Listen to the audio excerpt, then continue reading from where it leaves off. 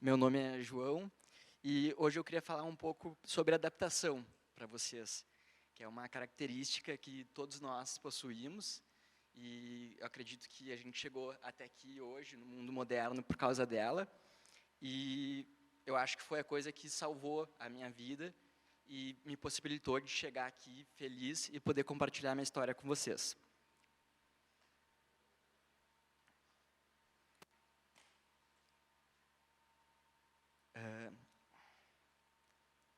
Quando a gente fala em adaptação, eu acho que tem dois viés. Tem o primeiro viés, que é tu se acomodar à situação e não levar para frente e tirar o melhor dela. E tem um outro viés, que é de evolução, que a gente vai pegar essa situação e vai tirar a melhor coisa possível dela. Eu sempre fui uma pessoa que gostei muito de esportes, prezei muito a minha autonomia, a minha liberdade. E em 2018 aconteceu uma tragédia, que eu sofri um acidente, eu tive uma queda de 10 metros, eu estava numa festa de aniversário de um amigo, eu tive a brilhante ideia de subir no sótão, eu subi lá, eu não me lembro muito bem o que aconteceu, mas o chão cedeu e eu acabei tendo uma queda de 10 metros.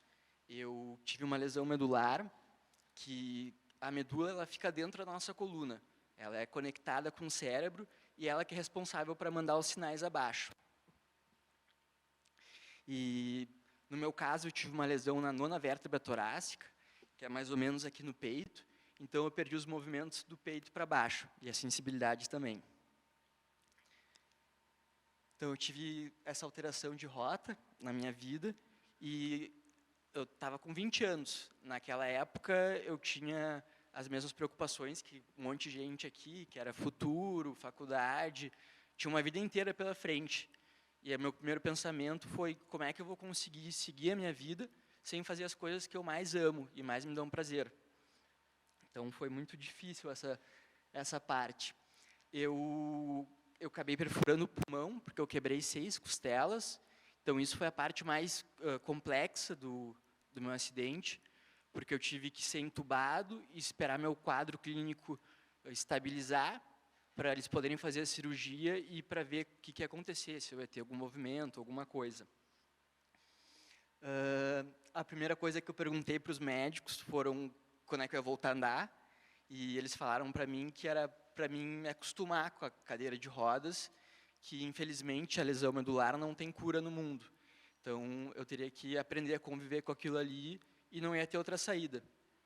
Eu até confesso que eu não acreditei a primeira vez que me falaram. Eu pensei, pô, uma semana atrás eu estava surfando, andando de skate, fazendo um monte de coisa, e por causa da medula eu não vou conseguir fazer as outras coisas que eu gostava de fazer. Então eu não acreditei muito. E eu passei 27 dias no hospital e foi muito difícil, porque eu estava muito mal, eu perdi 15 quilos, eu não conseguia comer, eu não conseguia beber água. Então, eu estava numa situação bem complexa, o tempo não passava e eu não via muita perspectiva. E eu acho que a coisa mais importante para mim naquele momento foi a minha base de apoio, porque aquilo lá que foi o que me deu forças para conseguir continuar. Que teve momentos no hospital que estava muito crítica, coisa que eu acho que se eu não lutasse pela minha vida, talvez eu não ia sair daquela ali. E quando eu saí do hospital, eu fui para um apartamento emprestado e eu estava bem ansioso para sair do hospital, assim, eu só quero sair do hospital e retomar minha vida, ver como é que vai ser. E eu cheguei e saí do hospital e foi um baque enorme, porque no hospital eu vivia naquele mundo. Me davam um banho, faziam tudo para mim, eu não precisava fazer nada. E eu cheguei nesse apartamento, além de perder minha autonomia, eu perdi minha privacidade, eu não conseguia fazer nada. Eu precisava gritar para o meu pai e para minha mãe para irem para o meu quarto, para me tirar da minha cadeira, para botar na minha cama ou vice-versa.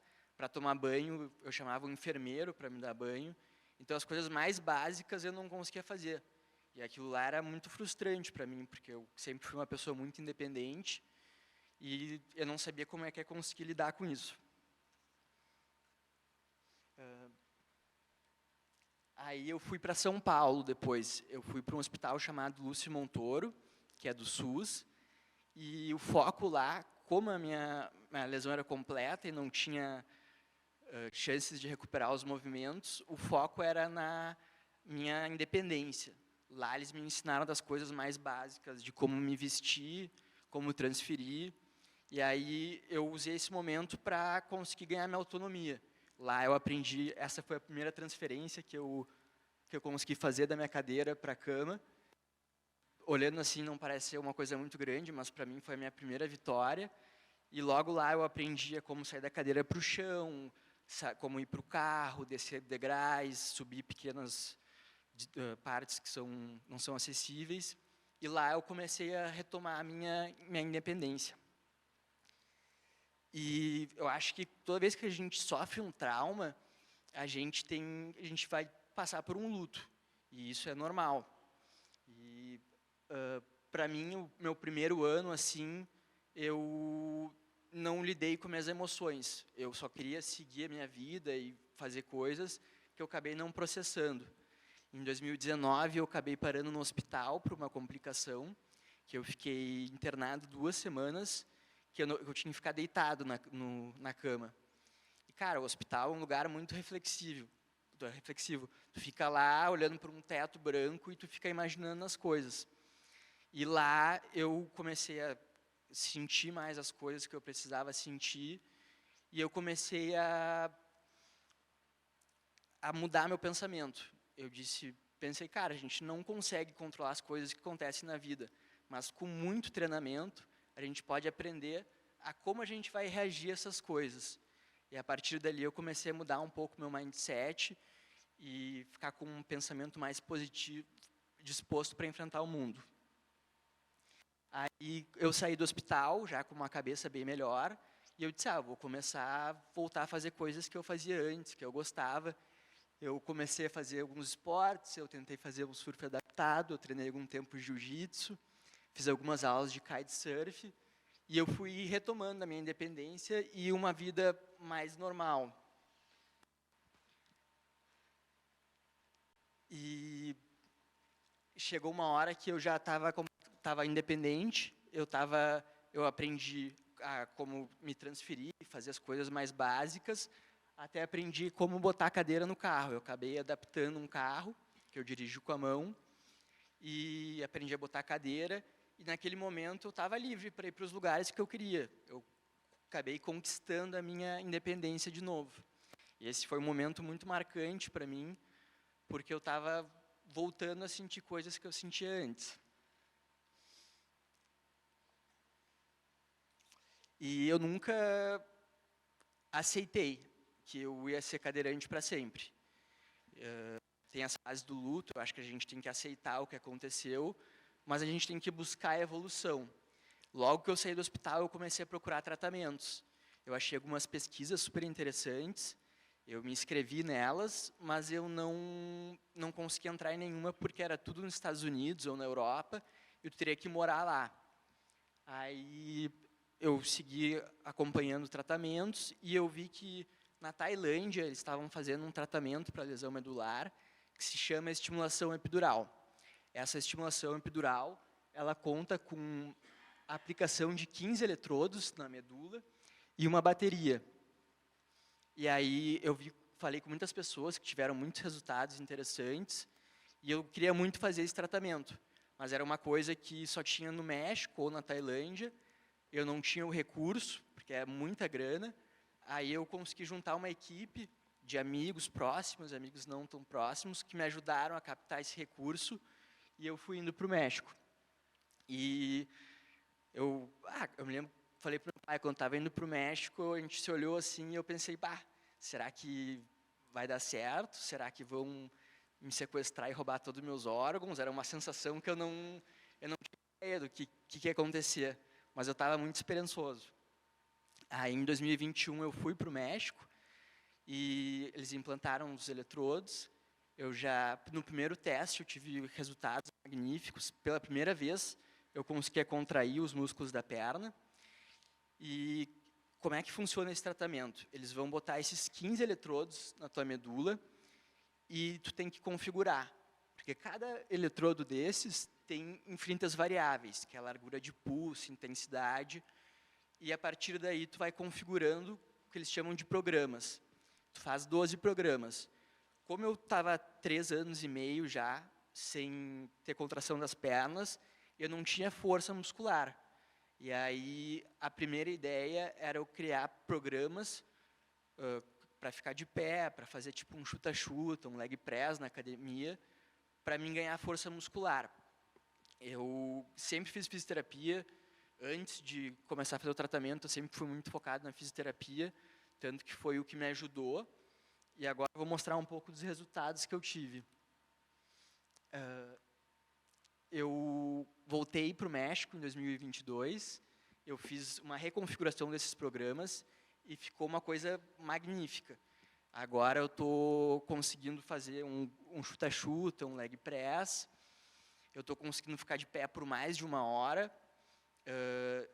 No final do ano passado eu bati meu recorde, consegui caminhar 50 metros sem parar, que não parece muita coisa, mas, cara, eu não tinha nada de movimentos, eu não tinha nada de contrações.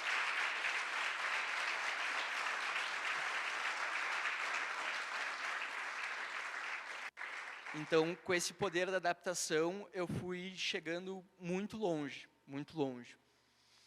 Eu ganhei muita massa muscular.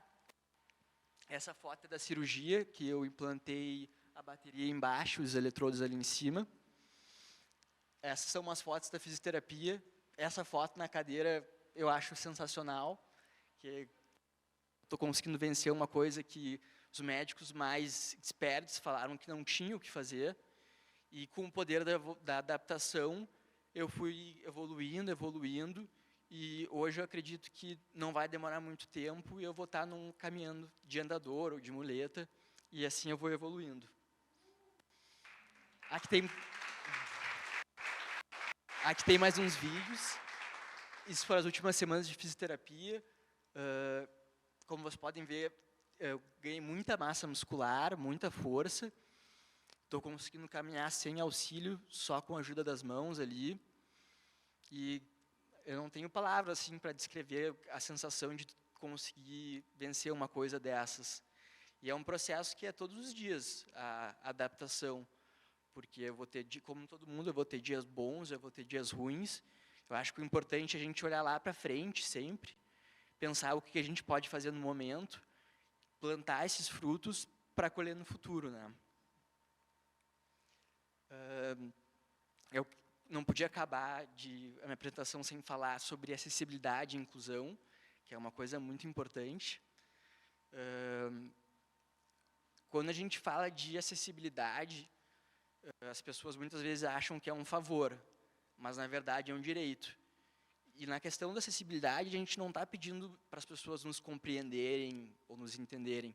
A gente simplesmente está pedindo o direito de ir e vir nos lugares, que é uma coisa muito básica. E eu acho que isso combina muito com o tema do TEDx, que é os Pioneiros de Amanhã, né?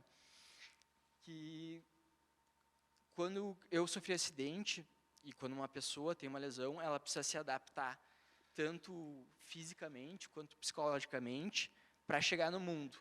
Aí quando tu chega no mundo, tu se depara com um mundo que é completamente não adaptado e inacessível para as pessoas.